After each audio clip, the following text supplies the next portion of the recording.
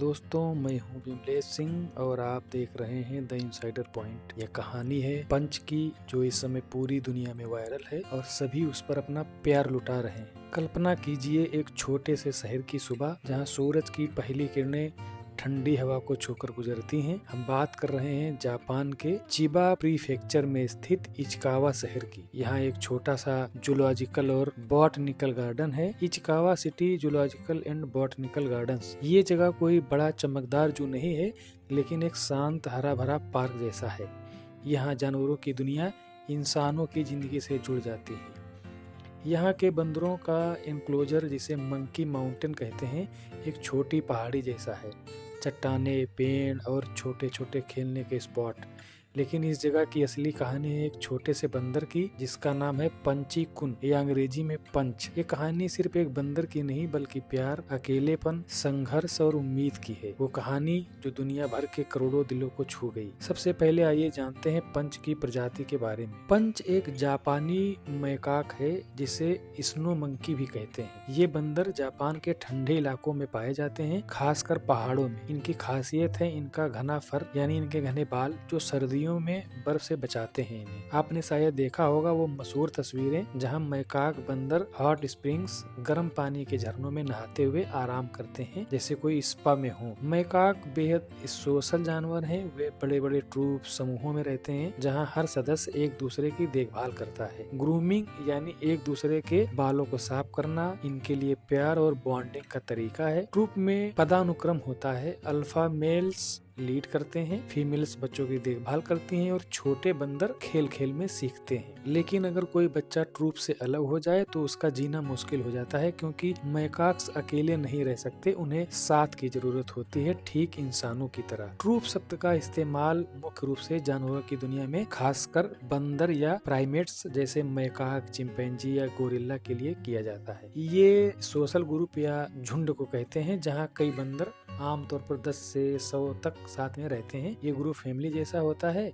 इसमें mail, female, बच्चे और बुजुर्ग सब शामिल होते हैं। ट्रूप में एक स्ट्रक्चर होता है, लीडर जो फैसले लेता है, और सब एक दूसरे की मदद करते हैं। जापानी मैकाक्स इंटेलिजेंट्स होते हैं। वे टूल्स इस्तेमाल करते हैं, जैसे पत्थरों से नट्स तोड़ना, और अपनी संस्कृति को पीढ़ी दर पीढ़ी पास करते हैं। लेकिन ठंडे मौसम में जीवित रहना उनके लिए चुनौती है, और ट्रूप की एकता ही इनकी ताकत होती है। अब कहानी शुरू होती है 26 जुलाई 2025 से। इचिकावा जू के मंकी इनक्लोजर में एक फीमेल मैकाक ने पहली बार एक बच्चे को जन्म दिया। वो फीमेल थी, एक युवा माँ, जिसका नाम जू ने नहीं रखा, लेकिन वो अनुभवहीन थी। जन्म के कुछ घंटों बाद ही उसने बच्चे को छोड़ दिया। क्यों? शायद थकान से या पहली बार माँ बनने की मुश्किलों से। मैकाक माएं आमतौर पर अपने बच्चों को पीठ पर लाद कर रखती हैं, उन्हें दूध पिलाती हैं और ट्रूप के साथ मिलकर रक्षा करती हैं। लेकिन इस बार ऐसा नहीं हुआ था। छोटा सा पंच, जो अभी दुनिया में आया था, अकेला पड़ गया था। ठंडी जमीन पर बिना माँ के गर्माहट के। जू के कीपर्स ने तुरंत नोटिस किया, अगर वो न होते तो पंच शायद जीवित न बचता। कीपर्स की टीम में 2 मुख्य लोग थे, 24 साल के कोसुके सिकानो और 34 साल के सुमपेई मियाकोशी।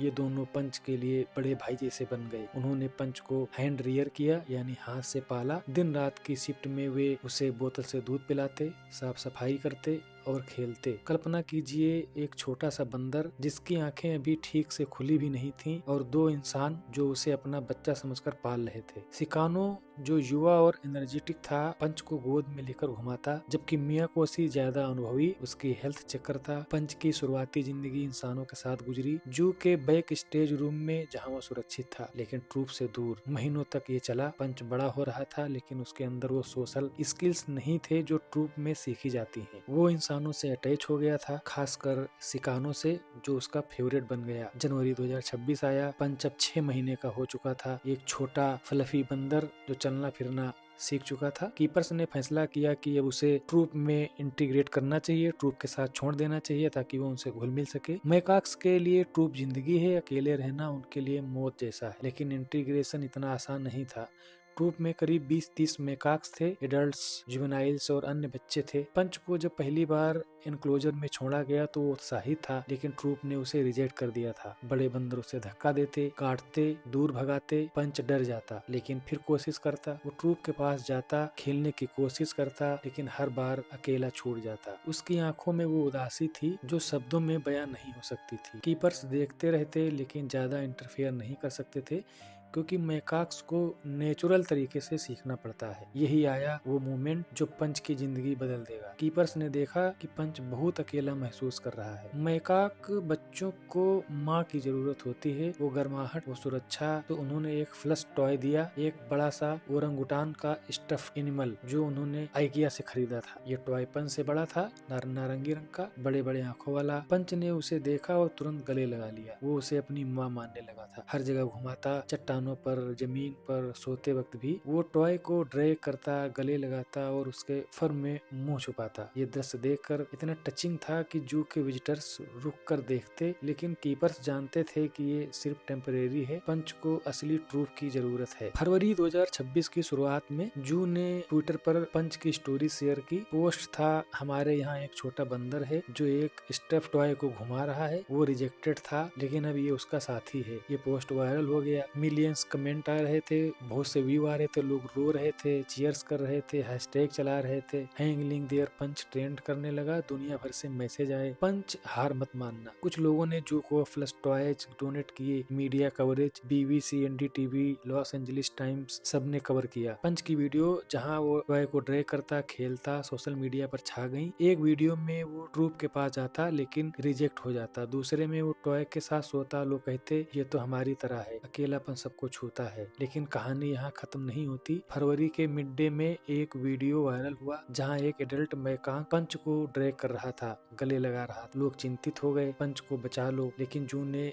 स्टेटमेंट जारी किया, ये नॉर्मल प्ले है, कोई सीरियस अग्रेशन नहीं, पंच ठीक है। और अच्छी खबर ये कि पंच अब ट्रूप में इंटीग्रेट हो रहा है। एक एडल्ट फीमेल ने उसे पहली बार हक किया, ग्रूम किया। पंच अब टॉय को कम घुमाता है, असली दोस्तों के साथ खेलता है। उसकी आंखों में वो उदासी कम हो गई। विजिटर्स की भीड़ लगी है, लोग दूर दूर से आते हैं पंच को देखने। जू में अब स्पेशल साइन बोर्ड्स हैं जहाँ पंच की स्टोरी लिखी। पंच की कहानी हमें सिखाती है कि अकेलापन किसी को भी तोड़ सकता है, लेकिन प्यार और सपोर्ट से सब कुछ ठीक हो जाता है। मैकाक्स की दुनिया में ट्रूप फैमिली है, इंसानों में भी। पंच ने दुनिया को याद दिलाया कि छोटी छोटी चीजें जैसे एक फ्लश टॉय बड़ी उम्मीद दे सकती हैं। आज पंच खुश है, ट्रूप का हिस्सा है, लेकिन उसकी जर्नी जन्म से रिजेक्शन, कीपर्स की केयर, टॉय की दोस्ती, वायरल फेम और आखिरकार एक्सेप्टेंस, ये एक ऐसी स्टोरी है जो दिलों को छूती रहेगी। अगर आपको ये कहानी अच्छी लगी हो तो लाइक करिए और कमेंट करिए, और पंच के लिए आप क्या कहना चाहते हैं वो भी आप शेयर कर सकते हैं। इनसाइडर स्टोरी अगर आपको पसंद आती है तो हमारे चैनल को सब्सक्राइब करिए। अगर फेसबुक पे देख रहे हैं तो हमारे पेज को फॉलो कर लीजिए। बहुत बहुत धन्यवाद। जय हिंद।